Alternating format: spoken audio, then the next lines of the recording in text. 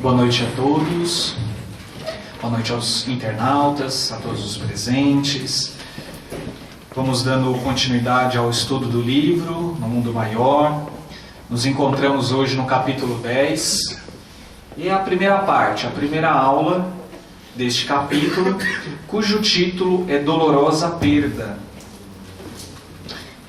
O tema do capítulo, como nós vamos ver na noite de hoje, é basicamente sobre o aborto.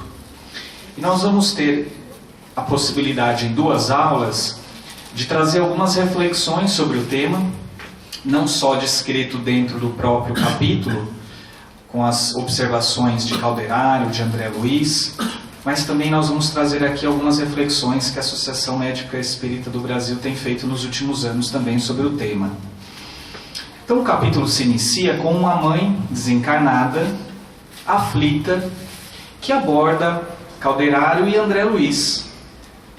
Relata a eles, de maneira bastante incisiva e preocupada, que a sua filha, ainda encarnada, enlouqueceu de todo. Calderaro já sabia, na verdade, já vinha seguindo o caso daquela moça, bem como também estava atento às dúvidas e às inquietações de sua mãe, agora desencarnada. Já perdeu a grande oportunidade, disse Calderaro a ela. Ainda não, respondeu-lhe. Calderaro já estava então ciente do caso. E explica a André Luiz a questão, o que estava acontecendo com a sua mãe e essa filha. Trata-se de lamentável ocorrência, explicou André Luiz bondoso, na qual figuram a leviandade e o ódio como elementos perversores. A irmã que se despediu há momentos deixou uma filha na crosta planetária há 8 anos. Criada com mimos excessivos, a jovem desenvolveu-se na ignorância do trabalho e da responsabilidade, não obstante pertencer a nobilíssimo quadro social. Filha única, entregue desde muito cedo ao capricho pernicioso, tão logo se achou sem a materna assistência no plano carnal. Dominou governantes, subornou criadas, burlou a vigilância paterna e, cercada de facilidades materiais, precipitou-se aos 20 anos nos desvarios da vida mundana. Vamos fazer uma pausa aqui, vamos refletir um pouco sobre esse trecho, que dá para a gente fazer algumas reflexões extremamente pertinentes. A primeira delas, como é que é o contexto familiar aqui no caso? Mimos. O que mais? Falta de responsabilidade, ausência do trabalho. Grandes condições materiais. Grandes condições materiais. E a moralidade? Moralidade baixa. Alguns ideais cristãos aqui destacados? Nenhum. Claro que nós não vamos generalizar e dizer que as 2 criaturas não tinham suas virtudes. Porque tinham. Sempre tem. Isso. Então, tomar cuidado com o julgamento. Por outro lado, nós estamos julgando aqui o fato em si e a situação. Quer dizer, não é bem julgando, nós estamos analisando, na verdade, a situação que nos é colocada junto à narrativa. E aí eu fiz algumas reflexões pensando no seguinte: como é que está sendo a nossa criação? Como é que está fundamentado as nossas relações dentro do nosso lar? Porque veja, aqui estamos diante de uma condição material onde havia, na verdade, uma certa abundância, um certo conforto, talvez mais do que a média do que nós vivenciamos em termos de população brasileira, isso é claro. Porém, seria a condição material, quer dizer, será que também em um ambiente onde há uma restrição material, será que determinadas características ou a relação entre esses membros também não se dão muitas vezes em termos de mimo, de irresponsabilidade, de um excesso de autocuidado, né? De uma proteção excessiva. Também acontece. Então, isso é para a gente também parar para pensar um pouco. Porém, obviamente que dentro de condições materiais muitas vezes mais confortáveis, onde as facilidades, onde o poder, muitas vezes, junto a outras pessoas, despertam em nós, ou refletem, na verdade, o nosso sentimento de orgulho, de vaidade, de egoísmo, é nesse ambiente que muitas vezes as pessoas se perdem. E é talvez nos ambientes onde há uma maior dificuldade sem trabalhar os valores cristãos, os valores morais. Não estamos condenando aqui o dinheiro, de forma alguma, nem a riqueza, mas talvez estamos refletindo sobre a possibilidade de, ao termos mais ou menos, desenvolvermos sim em nós os valores morais, a dignidade, o amor, o respeito, a fraternidade, o trabalho digno, a responsabilidade, a fraternidade, o respeito ao próximo. Olha quantas coisas aí para a gente refletir. E obviamente trazer isso para a nossa vida. E também muitas vezes, cabe aqui uma reflexão, que muitas vezes nós, de certa forma, invejamos um pouco o que o outro tem. Aonde o colega trabalha, a propriedade material, o carro do ano, as condições de viagem com mais frequência do que a nossa. Nós temos isso dentro de nós. Não é?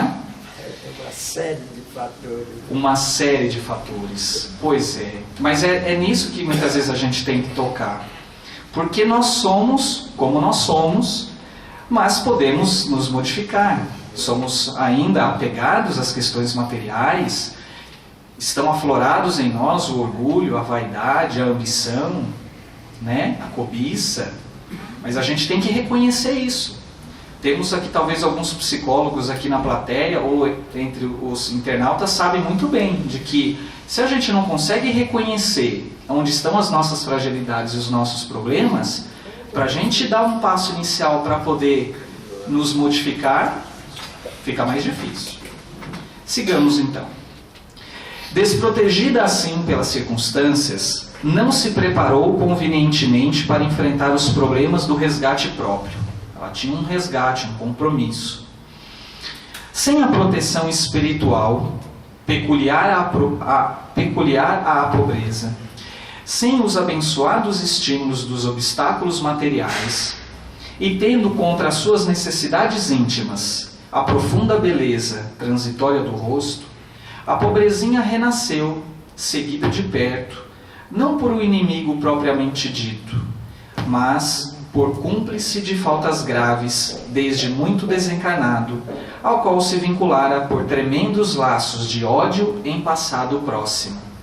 Então, ela estava, de certa forma, também a própria família, vinculada a esses comprometimentos, e obviamente que o que nós vamos ler a seguir, há também uma base, e essa base é o comprometimento da filha dessa senhora que pede ajuda a Calderaro com o seu obsessor, em decorrência dos atos praticados em vidas anteriores. Foi assim que, abusando da liberdade, em ociosidade reprovável, adquiriu deveres de maternidade sem a custódia do casamento, sem uma união estável. Reconhecendo-se agora nesta situação, aos 25 anos, solteira, rica e com prestigiado nome da família, deplora tardiamente os compromissos assumidos e luta, com desespero, por desfazer-se do filhinho imaturo, o mesmo comparsa do pretérito a que me referi, ou seja, ela estava grávida do seu obsessor.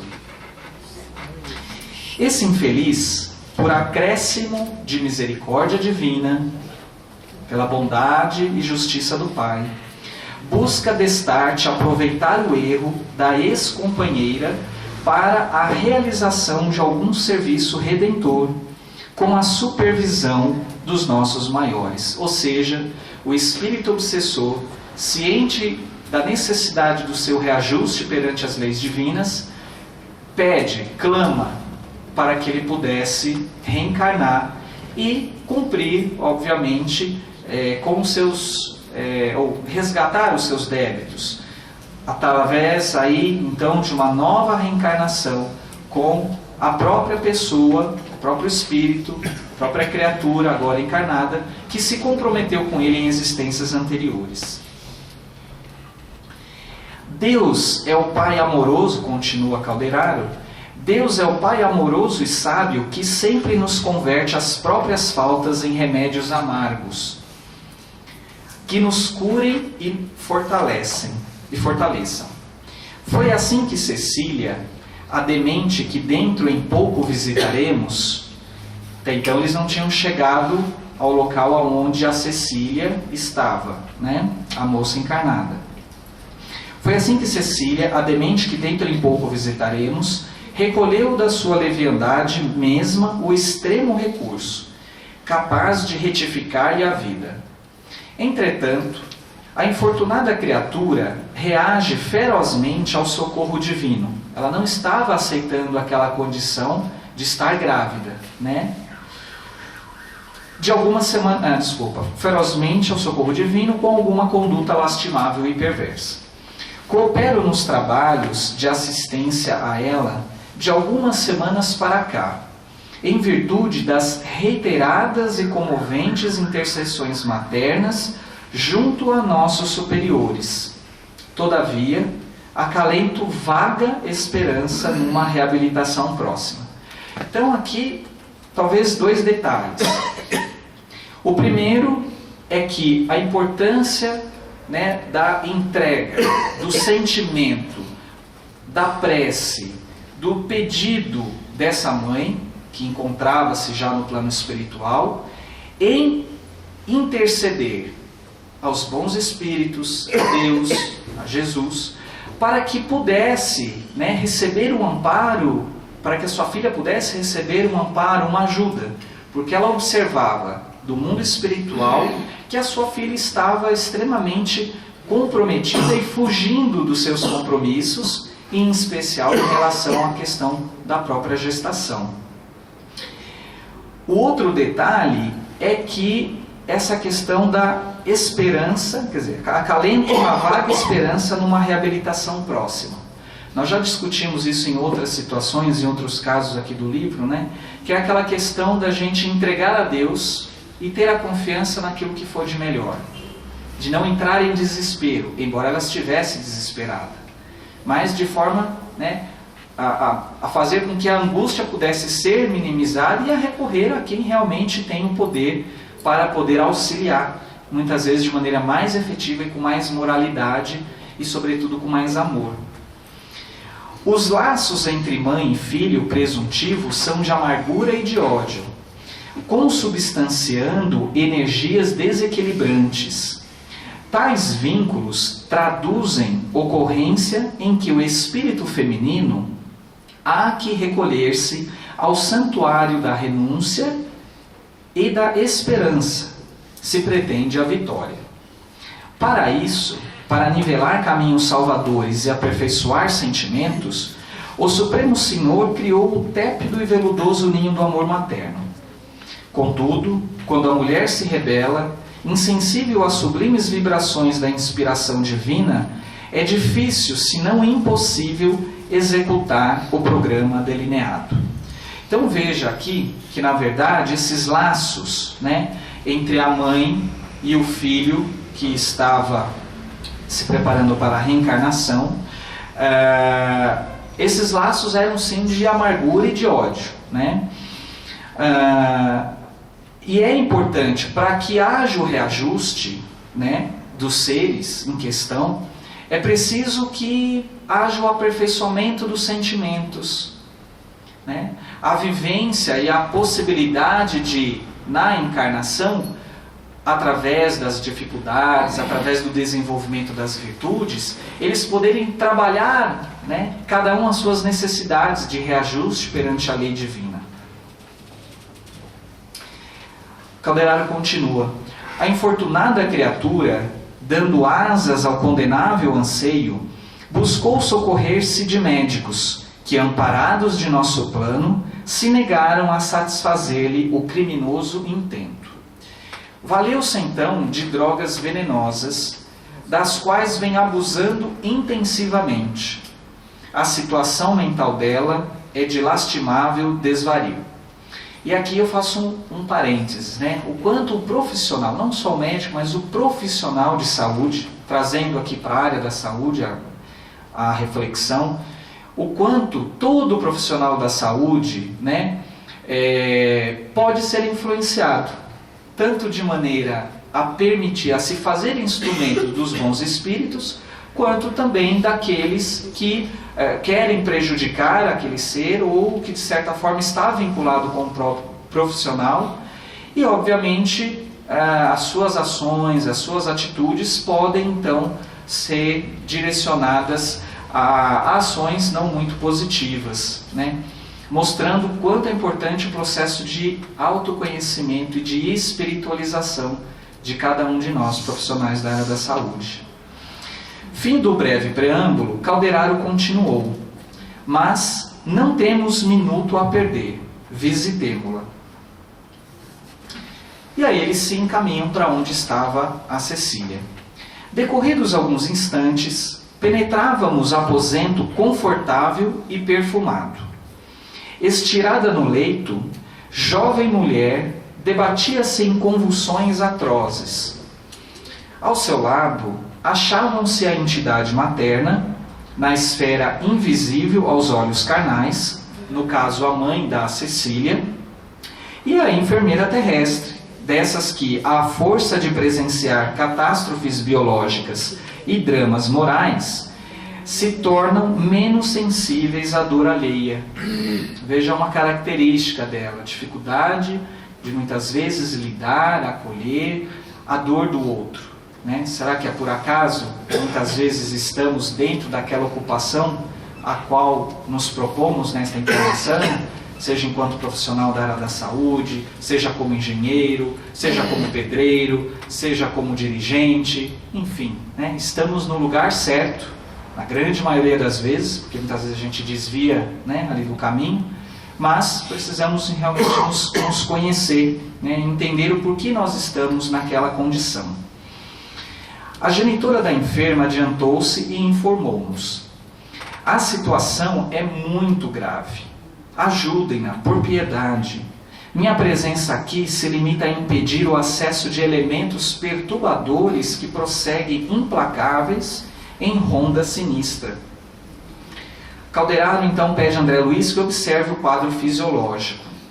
E André Luiz então discorre o que ele estava observando. A paisagem orgânica era das mais comoventes. A compaixão fraterna dispensar-nos-á da triste narrativa referente ao embrião prestes a ser expulso. Circunscrito à tese de medicação a mentes alucinadas, cabe-nos apenas dizer que a situação da jovem era impressionante e deplorável. Ou seja, referente aos efeitos, aos medicamentos que ela estava usando, o que estava levando a ela esse quadro que ele considerou como impressionante e deplorável. Na verdade, ela tomava alguns venenos, como o próprio André Luiz relata, de forma a fazer com que o embrião pudesse ser expulso. Todos os centros endócrinos estavam em desordem, todos os centros de força, os chakras, e as glândulas, né, do ponto de vista físico, e os órgãos autônomos trabalhavam aceleradamente, né? O coração acusava estranha arritmia, né? Batia de maneira irregular. E debalde as glândulas sudoríparas, responsáveis pela questão do suor, se esforçavam por expulsar as toxinas em verdadeira torrente invasora. Nos lobos frontais, a sombra era completa. No córtex encefálico, a perturbação era manifesta. Somente nos gânglios basais havia a suprema concentração de energias mentais, fazendo-me perceber que a infeliz criatura se recolhera no campo mais baixo do ser, dominada pelos impulsos desintegradores dos próprios sentimentos transviados e incultos. Dos gânglios basais, onde se aglomeravam as mais fortes irradiações da mente alucinada, desciam estiletes escuros, ou seja, dessa região dos centros, dos gânglios da base, identificados nessa figura aqui como essa região, né, bem no centro do cérebro, ele percebia que dessas regiões, onde encontra-se, né, onde fixa a mente no corpo físico, nós vamos falar isso a seguir, dessa região desciam estiletes escuros que assaltavam as trompas e os ovários, penetrando a câmara vital, quais tenuíssimos venábulos de treva e incidindo sobre a organização embrionária de 4 meses. Então, só para a gente recordar, né, eu tirei essa figura da Evolução em Dois Mundos, de André Luiz, a citação, melhor dizendo, a imagem é da internet. O centro coronário possui no tálamo vasto sistema de governança do espírito. Aí verte o pensamento, por secreção sutil, não do cérebro, mas da mente. Então, só para a gente recordar, né, aquilo que nós já estudamos lá em Evolução em Dois Mundos. Portanto, a integração mente e corpo se dá da seguinte forma. No corpo mental é onde emanam os pensamentos, que ligam-se ou estão relacionados ao centro coronário no perispírito, e este, por sua vez, ligado a núcleos do diencéfalo e o tálamo, né? Que obviamente faz conexões com várias regiões do córtex, transmitindo impulsos, avisos, etc. Para relembrar André Luiz, estamos falando da área, então, onde a Cecília encontrava-se do ponto de vista dos seus pensamentos, a área onde ela estava mais comprometida, onde a área estava mais ativada, é aquela área, né, que é a região ali do porão, do subconsciente, do passado, né, residência de impulsos automáticos, residência dos hábitos e dos automatismos, ou subconsciente, né? Onde as nossas tendências mais inferiores também acabam se destacando, principalmente o ódio, a raiva, o rancor. E ele continua: buscando sintonizar-me com a enferma, ouvia-lhe as afirmativas cruéis no campo do pensamento. Então, é ele ouvindo os pensamentos, observando os pensamentos da Cecília. Odeio este filho intruso que não pedia a vida. Expulsá-lo-ei, expulsá-lo-ei. A mente do filhinho, em processo de reencarnação, como se fora violentada num sono brando, suplicava chorosa: poupa-me, poupa-me. Quero acordar no trabalho. Quero viver e reajustar o destino. Ajuda-me, resgatarei minha dívida, pagar-te-ei com amor, não me expulses, tem caridade. Nunca, nunca, amaldiçoado sejas, dizia desventurada mentalmente. Prefiro morrer a receber-te nos braços, envenena-me a vida, perturba-me a estrada, detesto-te, morrerás. E os raios trevosos continuavam descendo a jato contínuo. Nesse instante de nossa angustiosa expectativa, Cecília dirigiu-se com decisão à enfermeira. Estou cansada, Liana, muitíssimo cansada, mas exijo a intervenção esta noite. Oh, mas assim, neste estado, ponderou a outra, a enfermeira. Sim, sim, tornou a doente inquieta. Não quero adiar essa intervenção. Os médicos negaram-se a fazê-la, mas eu conto com a tua dedicação. Meu pai não pode saber disso, e eu odeio esta situação que terminantemente não conservarei. Vejam os valores que ela tinha. Fazia parte de uma sociedade, de uma alta sociedade na época, então aquela questão também do respeito, se é que eu posso dizer assim, em relação ao pai, toda aquela preocupação em relação ao julgamento dos outros, né? Então, essa era a intenção, né, dela. de provocar o aborto. Calderaro pousou a destra na fronte da responsável pelos serviços de enfermagem, no intuito evidente de transmitir alguma providência conciliatória, e a enfermeira ponderou: tentemos algum repouso, Cecília. Modificarás possivelmente esse plano. Não, não, objetou a imprevidente futura mãe, com mau humor indisfarçável. Minha resolução é inabalável. Exijo a intervenção esta noite. Malgrado a negativa peremptória, sorveu o cálice de sedativo que a companheira lhe oferecia, atendendo-nos à influência indireta. Consumara-se à medida que o meu instrutor desejava. Bom, nós vamos fazer a partir de agora algumas reflexões sobre o aborto.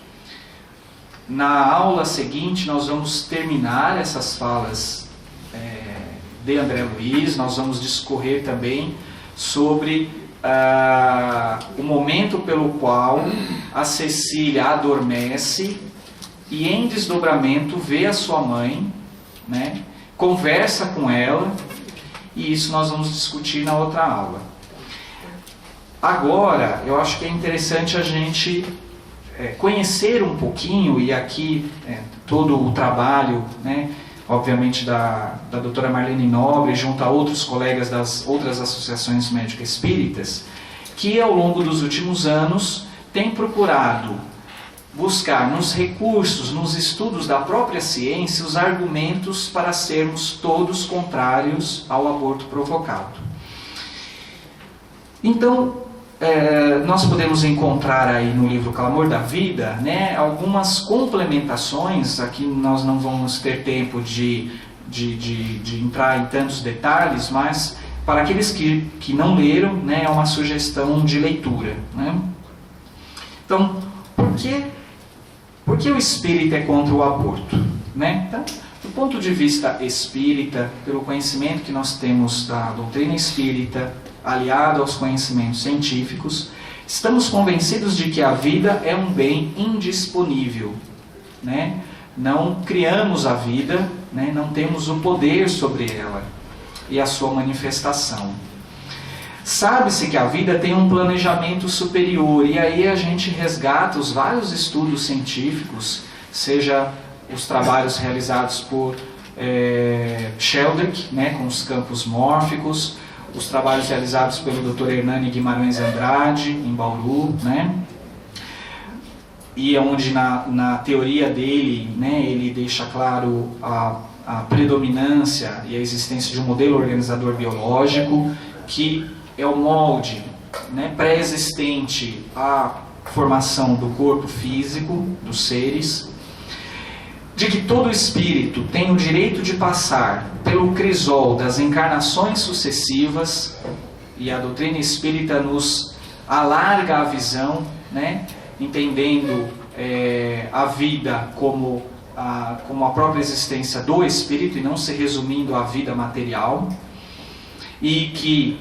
entendendo a reencarnação como uma lei biológica natural, tem convicção de que o zigoto ou célula-ovo é um sujeito de direito, garantido pela Constituição e garantido por ele mesmo em termos do seu desenvolvimento, e nós vamos falar isso a seguir. Reconhece os direitos do embrião, deficiente ou não, respeita no feto a grandeza do contínuo, abomina qualquer tipo de violência, né? E defende um amplo programa de planejamento familiar, né? Então, todos esses itens foram construídos, né, e refletidos ao longo desses últimos anos pela AME Brasil. E por que o materialista deve ser contra o aborto? Quer dizer, se você não tem religião, se você não tem crença, também há motivos para que você também seja contra o aborto. Primeiro, porque a vida é um bem indisponível.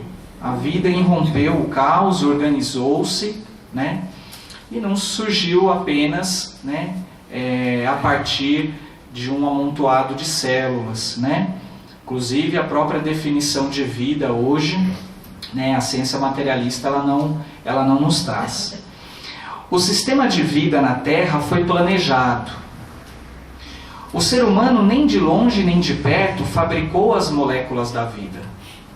O zigoto, a célula ovo, é um sujeito de direito, inerente à persona. O embrião e a diversidade devem ser respeitados. Aquilo que entendemos como anomalias, como defeitos genéticos, né, no caso dos anencéfalos e tantas outras situações, na verdade são diversidades, porque é na diversidade, né, que os seres conseguiram se desenvolver e povoar o nosso planeta. O feto tem psicologia própria e violência é incompatível com as leis da vida. É importante a gente pontuar também que a posição da Associação Médica Espírita do Brasil, dos médicos espíritas, de nós espíritas como um todo, não é a posição de julgamento.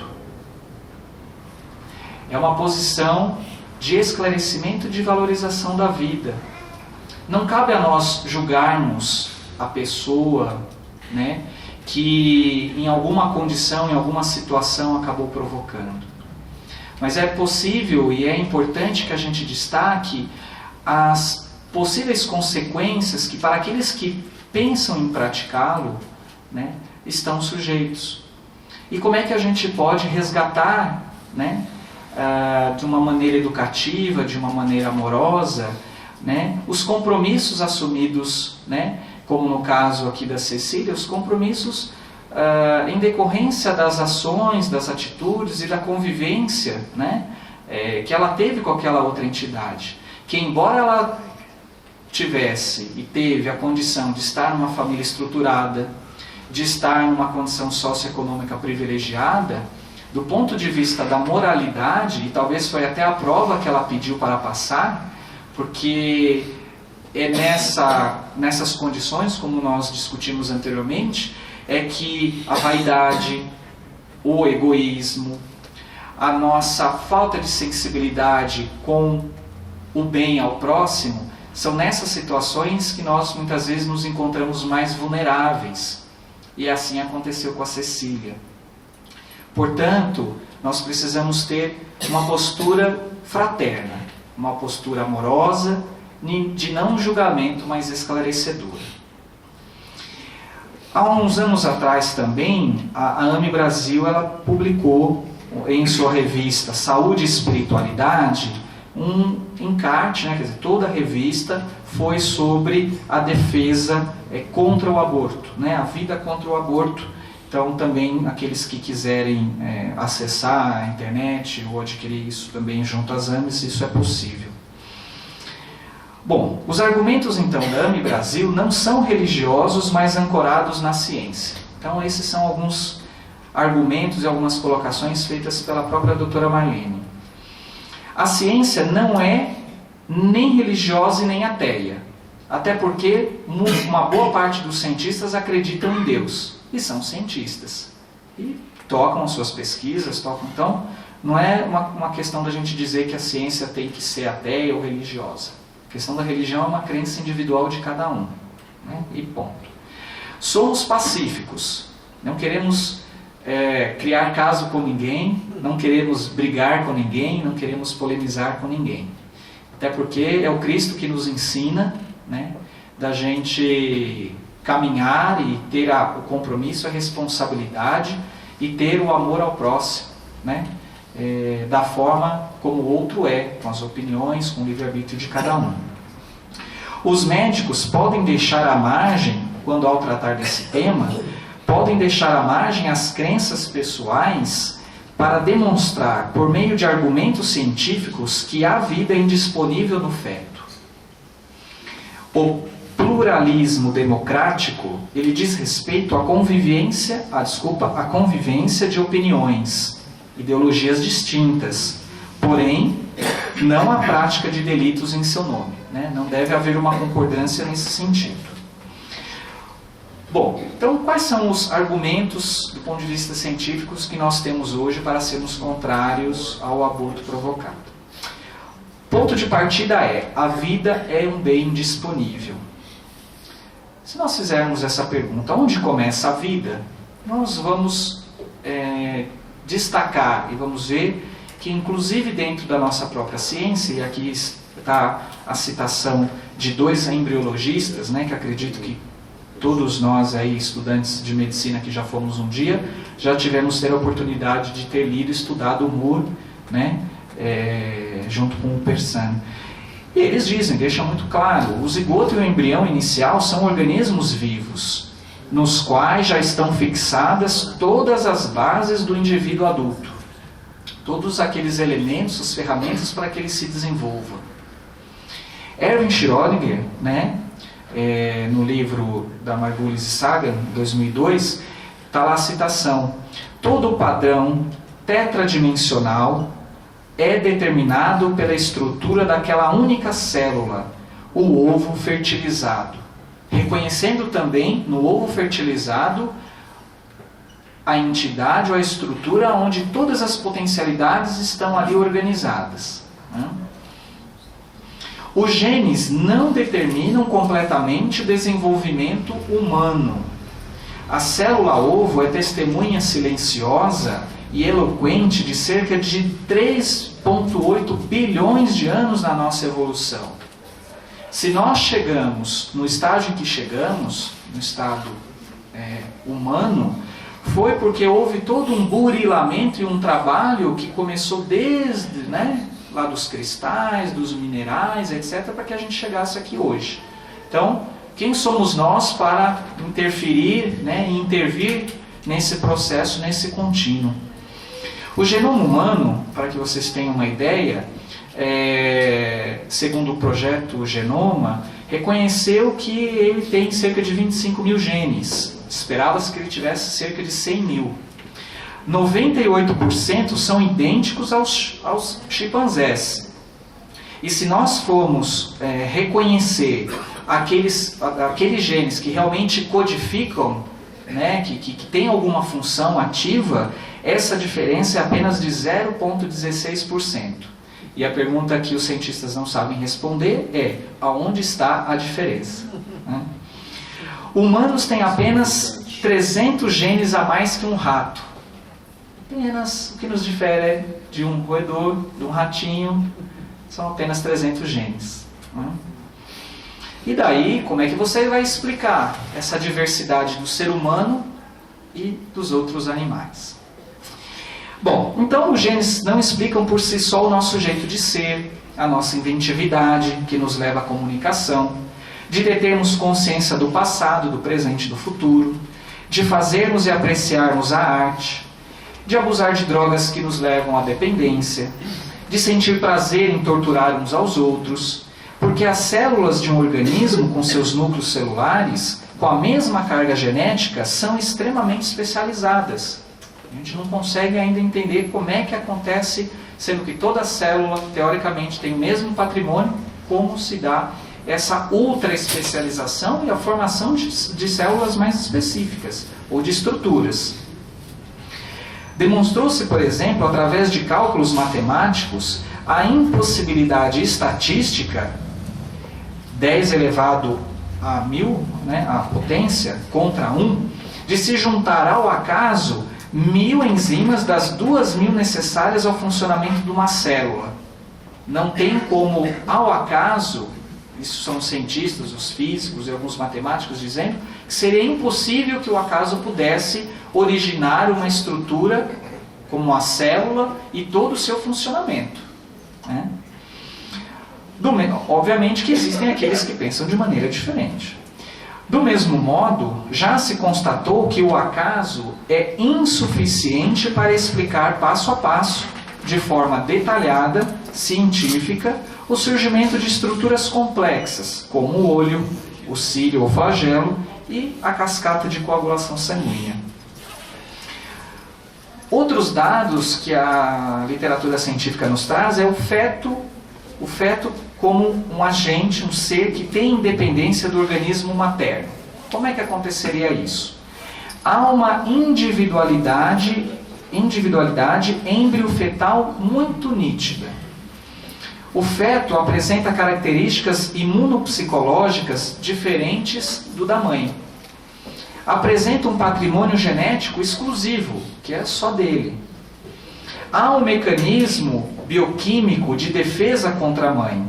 Por exemplo, a enzima IDO procura neutralizar a ação do triptofano, um aminoácido que é responsável pela produção de células T pela mãe. Ou seja, teoricamente era para que o organismo materno pudesse encarar o feto e o embrião como um agente exterior e combatê-lo.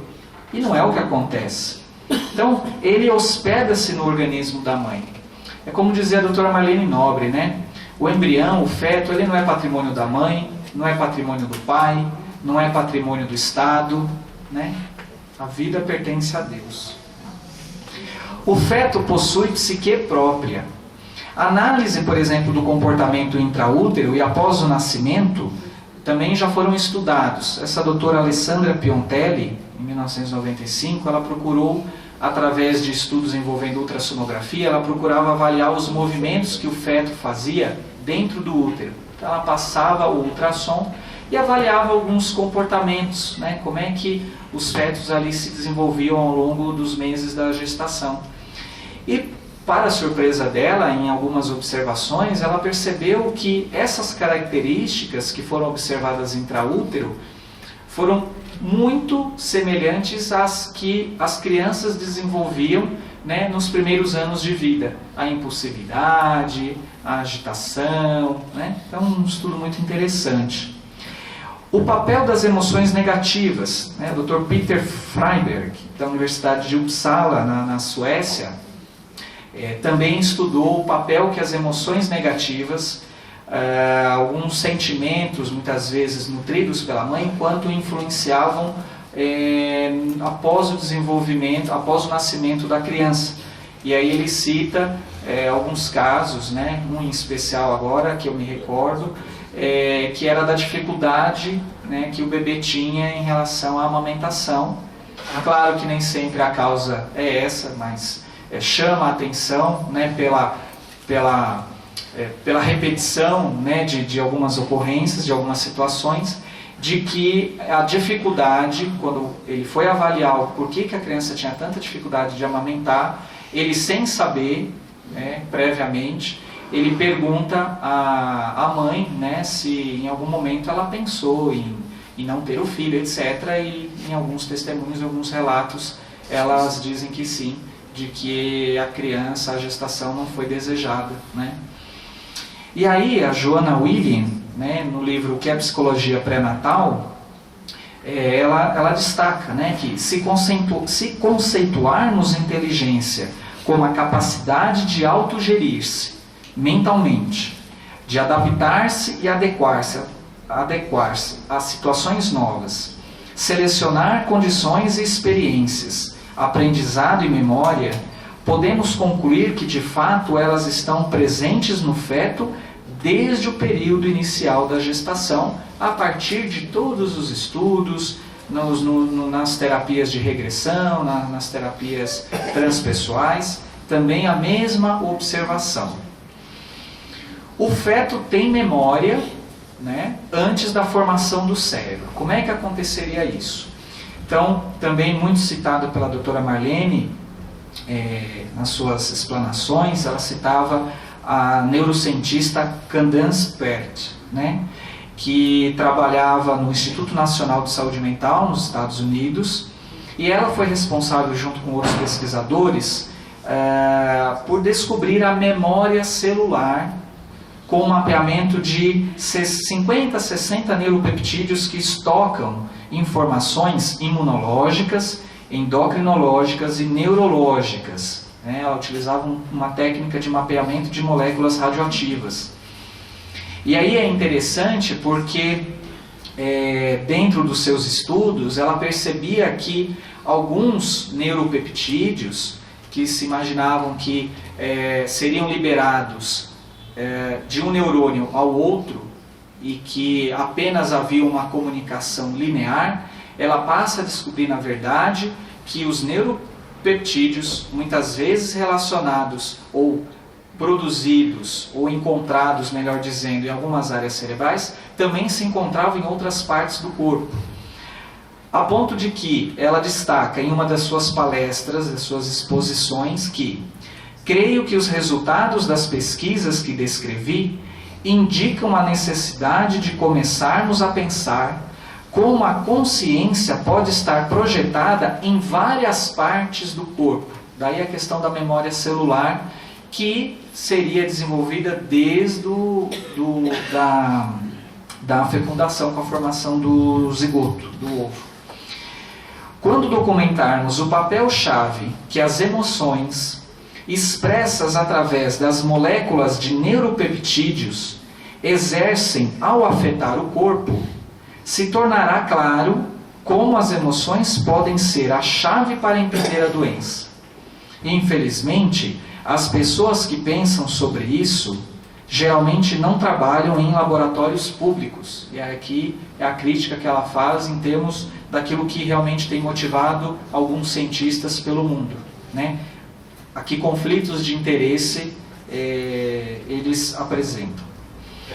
Bom, o acaso também não explica a origem da vida. François Jacob, Prêmio Nobel de Fisiologia e Medicina em 1965, né, no livro A Lógica do Ser Humano, demonstra que o tempo e a aritmética se opõem a essa evolução patrocinada pelos microeventos, que são as mutações ao acaso, né?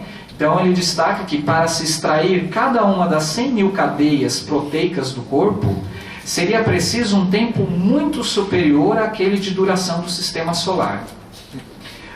Outro cientista, Michel B., né, que escreveu A Caixa Preta de Darwin, em 1997, após os seus estudos e após as reflexões com outros pesquisadores e teóricos, ele dizia que dizer que a evolução darwiniana não pode, que é a evolução das espécies, né, a teoria da evolução das espécies, dizer que a evolução darwiniana não pode explicar tudo na natureza, não equivale a dizer que a própria evolução, a mutação e a seleção natural não ocorram, né? Na verdade, as teorias elas podem ser integradas, porém não explicam, né, aquilo ou fenômeno que nós chamamos de vida, né? Francis Crick, né, um dos descobridores da dupla hélice, do DNA, ao final, né, assim, nas suas pesquisas e estudando a questão do próprio DNA, ele dizia: um homem sensato, armado de todo o saber à nossa disposição hoje, teria a obrigação de afirmar que a origem da vida parece atualmente dever-se a um milagre. Tantas são as condições a reunir para viabilizá-lo. Portanto, aquilo que nós chamamos de vida, de embrião, etc., está muito aquém daquilo que nós temos enquanto conhecimento científico materialista reducionista, né? Acho que esses são alguns dos argumentos de pessoas que não tinham uma religião, pesquisadores sérios, pesquisadores com doutorado, com pós-doutorado, né, que se dedicaram, que muitas vezes procuraram destacar, né, o próprio papel do verdadeiro cientista, que é do comprometimento com a verdade, né? E se podemos falar em alguma verdade, né, aqui em questão, é de que nós sabemos ainda muito pouco, né, sobre os fenômenos da vida, sabemos muito pouco, né, e obviamente que a doutrina espírita e as obras de André Luiz destacam para nós, né, de que estamos interligados, não somente entre nós aqui encarnados, e obviamente dentro do processo de reencarnação, submetidos à lei de ação e reação, nós temos aí a oportunidade, né, muitas vezes numa gestação, muitas vezes indesejada, muitas vezes numa condição onde o feto que se desenvolve no ventre da mulher apresenta alguma anomalia, né, como a anencefalia e tantas outras, obviamente é motivo para que a gente pare para refletir e pare para compreender a importância de se valorizar a vida desde o início. Bom, agradeço a atenção Na próxima aula nós vamos ver o desfecho da história. Temos aí 5 minutinhos talvez para alguém fazer comentários, né?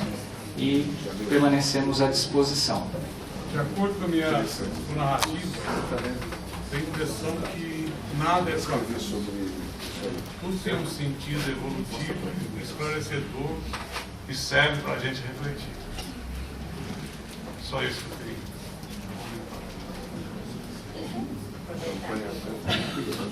Tem uma história que eu ouvi no Mednesp, se eu não me engano foi Mednesp 2001, do Dr. Sérgio Felipe de Oliveira.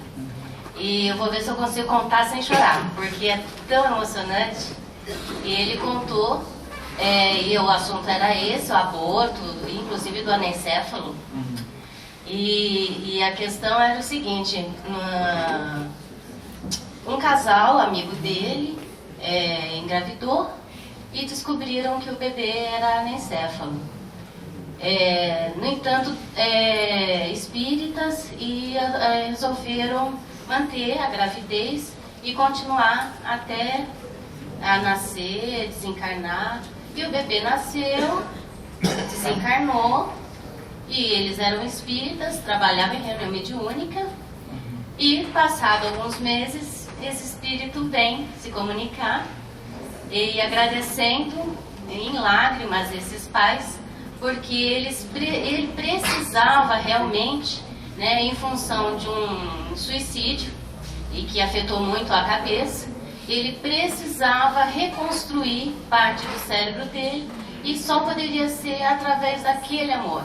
E daquele amor resignado, abnegado, aquele amor completamente isento de egoísmo e de satisfação própria, que é de uma mãe, de um pai, levar uma gravidez até o final e suportar essa situação, né?